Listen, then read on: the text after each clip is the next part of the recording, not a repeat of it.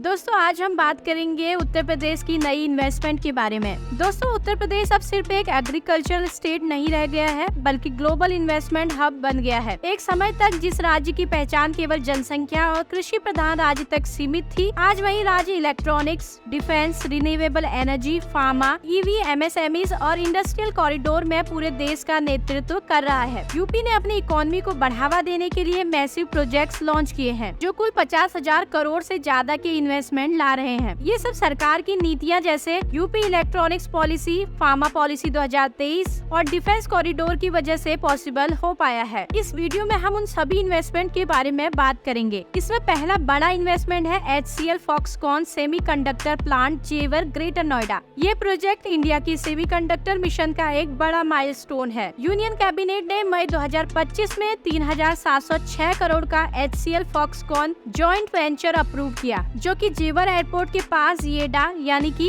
Yamuna expressway industrial development authority region में outsource semiconductor assembly और test unit बनाएगा। Plant में हर महीने 20,000 वेफर्स प्रोसेस होंगे, जिससे 36 million display driver chip produce होंगे, जो कि मोबाइल, लैपटॉप, ईवी और पीसी के लिए होंगे। इससे लगभग 2,000 डायरेक्ट जॉब क्रिएट होंगी। साथ ही सप्लाई चेन में इनडायरेक्ट एम्प्लॉयमेंट भी बढ़ेगा। ये यूपी के स्मार्टफोन इकोसिस्टम को स्ट्रॉन्ग बनाएगा। 2027 से प्रोडक्शन शुरू होगा और ये फॉक्सकॉन का पिछला फेल्ड वेदांता जेवी के बाद इंडिया में दूसरा सक्सेसफुल पुश है। ये यूपी को Taiwan China supply chain shift का हिस्सा बनाएगा। दूसरा बड़ा इन्वेस्टमेंट है Balrampur Chini mills PLA bioplastic plant, Lakhimpur Kheri. Balrampur Chini mills अपनी बलरामपुर बायोयुक्त पहल के अंडर उत्तर प्रदेश के लखीमपुर खेरी स्थित कुंभी शुगर मिल्स कॉम्प्लेक्स में भारत का पहला बड़ा पैमाने का PLA यानी पॉलीलैक्टिक एसिड बायोप्लास्टिक प्लांट स्थापित कर रहा है। इस प्रोजेक्ट में लगभग 2,850 करोड़ का निवेश किया जा रहा है और हर साल 80,000 टन PLA गन्ने से बनाया जाएगा। प्रोडक्शन के 2026 के अंत तक शुरू होने की उम्मीद है। ये प्रोजेक्ट प्लास्टिक वेस्ट को कम करने और एक बायोडिग्रेडेबल ऑप्शन की दिशा में महत्वपूर्ण कदम है। तीसरा बड़ा प्रोजेक्ट है aqua bridge holding UAE Unnao industrial corridor. मई 2025 में यूपी सरकार और एक्वा ब्रिज होल्डिंग UAE के बीच एक डील हुई थी।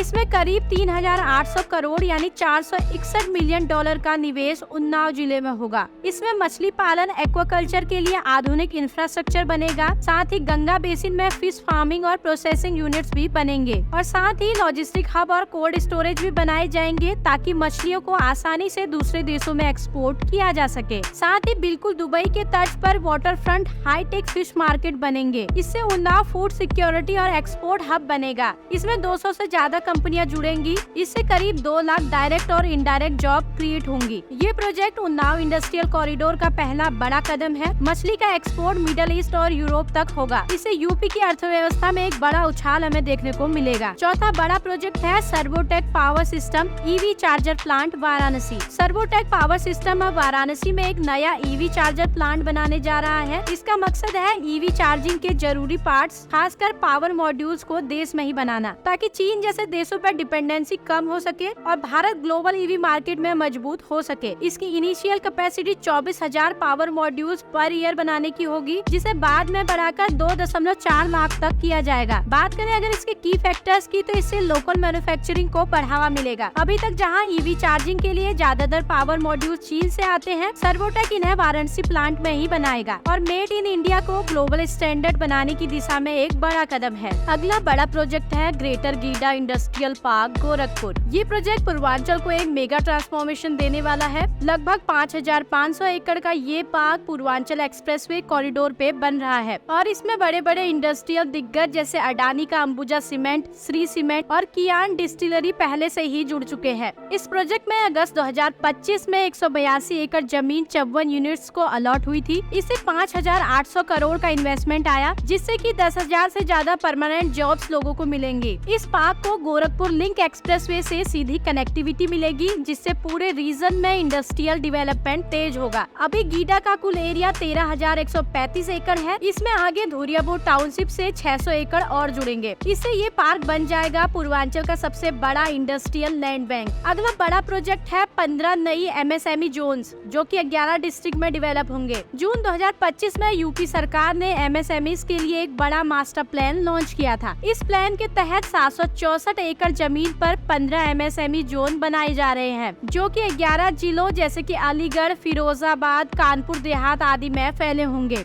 जहां मल्टी स्टोरेज यूनिट्स होंगी। MSMEs के लिए जमीन का एक बड़ा स्टॉक तैयार किया जा रहा है। अगले 24 महीनों में प्रोजेक्ट पूरा करने का एम है। अगला बड़ा प्रोजेक्ट है UP defence industrial corridor UPDIC। Uttar Pradesh का डिफेंस इंडस्ट्रियल कॉरिडोर आज भारत में आत्मनिर्भर डिफेंस मिशन का सबसे बड़ा सेंटर बन चुका है। यहाँ अब तक 170 MOU साइन हुए हैं, जिनकी वैल्यू है 28,760 करोड़ रुपए। इनमें से 9,463 करोड़ रुपए का असली इन्वेस्टमेंट जमीन पर उतर चुका है और 13,700 प्लस नौकरियां पहले से ही क्रिएट हो चुकी हैं। कानपुर, लखनऊ, झांसी, अलीगढ़, आगरा और चित्रकूट ये वो शहर हैं जहां पर डिफेंस मैन्युफैक्चरिंग यूनिट और रिसर्च फैसिलिटीज तेजी से विकसित हो रही है, जिनमें Adani defence, BrahMos aerospace, Bharat dynamics, इन कंपनियों की फैक्ट्रियां यहां पहले से ही एक्टिव हैं। AK-203 राइफल्स और ब्रह्मोस मिसाइल यूनिट का प्रोडक्शन शुरू भी हो चुका है। ये पूरा प्रोजेक्ट लगभग 50,000 जॉब्स क्रिएट करेगा। यहाँ अब तक 57 इन्वेस्टर्स को जमीन अलॉट हो चुकी है।